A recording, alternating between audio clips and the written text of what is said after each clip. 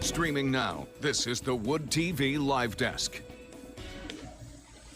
The opportunity to practice healthy interpersonal relationships between community members will kick off with a series of restorative practice trainings. They'll take place at Coit Park beginning tonight here in Grand Rapids. Good morning, ladies and gentlemen. I'm News 8 digital anchor Luke Laster here from the Wood TV Live Desk. Joining me this morning in person today, Eliana Bootson of the Neighbors of Belknap Lookout and Christine Gilman of the Dispute Resolution Center of West Michigan. To the both of you, good morning. Good morning. Thank you for having us. Do those sessions kick off tonight or is it tomorrow? It's tonight. It is tonight. Excellent. So I want to start actually both here with a little bit on what each of you do with your specific organizations. Eliana, floor is yours. Go ahead. All right. So Neighbors of Belknap Lookout is a neighborhood association just north of downtown Grand Rapids. And we were founded over 40 years ago to deal with crime and blight. And those are still, well, the crime is still a concern. Housing is still a concern. Housing is a little bit different flavor these days. And we've gone through some strategic planning processes to talk about what is most important to us: justice, community, quality of life, and being accountable to our neighbors. And that manifests in some activities that we'll be doing. Perfect. And Christine? I'm from the Dispute Resolution Center of West Michigan. Our mission is to foster peaceful communities through the development of improved communication skills, restorative practices, and healthy conflict resolution. So we've been in existence over 30 years. We provide conflict resolution services and training in 7 counties, including Kent County. We partner with 16 other centers across the state in what's called the Michigan Community Mediation Association. So these services are available in all 83 of Michigan's counties. So tell me a little bit about these specific practices here in Grand Rapids, and what will they entail and why hold them? Well, I think Eliana, to start with Belknap Lookout, we've been involved in some planning conversations over a year, and we're the neighborhood that stuck with it. One of our community churches has been involved in the conversations as well, Coit Community Church, and we said these are skills that we want ourselves, our neighbors. The school uses restorative practices in their daily life, and so they're inviting parents to learn what are their children learning and using. And we looked at Chris for what are those skills? How do we do that? Christine, anything you'd like to add there? Yeah, our restorative practices team was looking at some of the big problems that we're having in our communities. The stress and troubles we've all suffered as a result of COVID, the issues we're having with police-community relationships. And if we go down to a real basic level, it's all about relationships, building relationships, repairing relationships, and that's where restorative practices comes in. So according to what we know right now, what was sent to us, several other groups, as you mentioned a little bit there, Eliana, have their hand in the pot with this. How did you get all of them together? GRPS was one of them, City of Grand Rapids Community Development. I think there was a couple more as well. Yeah, no, we've been very lucky to pull together those larger partners as well. Neighbors of Belknap Lookout has been funded by the Community Development Department with those Community Development Block Grant dollars, those federal HUD dollars coming through the city, and so those are going to cover the training itself.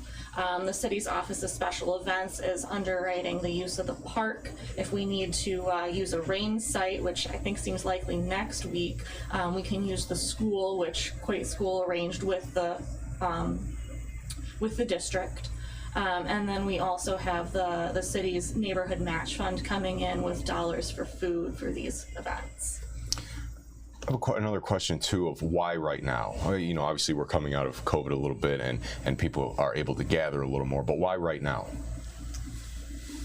I mean, I think that's in response to, again, those larger issues that we're all dealing with and smaller issues that are particular to the Nobles neighborhood. Right now, when people are trying to come out of COVID, come out of seclusion, again, those issues of relationships and getting back to basics and sort of either learning or just retooling your communication skills, I think could really benefit all of us at this time. So these will last through June, that's correct, like June 2nd, I think you said. Break down a little bit of, will they go in sequence? Will they just be something new every time? How will they break down like that? Do you want me to tell? So the broad overview is that each of these can be attended as a standalone module. We will build a little bit on skills, and I think Chris could talk a little bit more about that, but you can come to one, you can come to all 6. Nice. Chris? Yeah, just as Eliana said, I mean, the idea is that you can come to each unit on its own, but if you come to more than one, hopefully you will get, even more impact, because they will build on each other as well. Per each of your groups, Chris, while you're rolling here, what do you hope comes out of them, out of these sessions? I hope one, that the folks who attend learn a little bit more about each other. I hope that they learn a few more tools to use to, one, build relationships, because that's really the fundamental thing behind being a good neighbor is, again, starting with building a relationship, understanding what other people's needs are, and building trust so that if challenging situations arrive, then you're in a much better place to have those difficult conversations. And we're going to talk about, do some brainstorming and small group work on having those conversations, with just particular scenarios, and going through some suggestions, and then the group will come up with ideas. Yeah, well, and if we start very small, I think that leads back to an experience that I had, that I shared with my board, and kind of had that aha moment of, oh, that's what this is for. Some young kids down the street were coming up and pulling the flowers off of my plants, and we just didn't have the tools to have that conversation of, hey, you shouldn't be doing this. Here's what it felt like to me. Here's what you can do to help me feel better. If you could break down a little bit to the specific group work. You mentioned the small conflict resolution type of activities there, but what else would that group work entail? So we will do, for example, we'll do community building circles at the beginning, just to learn a little bit about who's there, where they're from. Today we're going to talk about what's a quality that you appreciate in a neighbor. To learn about those, and to sort of gain understanding that we don't all have the same idea in our heads about what is a good neighbor. So what do we need to do? We need to, again, build those relationships so we understand what our neighbors are looking for and what we would qualify as a good neighbor. In terms of registration, is there any registration required, or is it first come, first serve? First come, first serve. Nice. Can you break down the times, actually, just for tonight, speaking specifically? What time frame are we looking at? Yeah, so overall it runs from 6 to 8. We'll open with some free time. People can pick up their dinner. We have dinner for the first 50 attendees. And so at 6:30 we'll start with an introduction of an organization and an introductory circle. Run the lesson 6:45 to 7:45, and then close by 8. Nice. To the both of you, anything else that you'd like to add?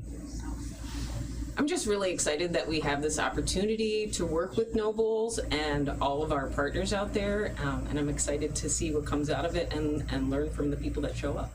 Eliana, anything? If not, no big deal. I always like to ask. Beautiful. Folks, if you tuned in maybe halfway through this stream or just now clicking in, there's a link attached if you're watching on Facebook. It takes you over to woodtv.com. You can see the full conversation there. Again, ladies, thank you. We appreciate it. Have a great afternoon, folks. My name's Luke Laster here at the Wood TV Live Desk. We'll see you around.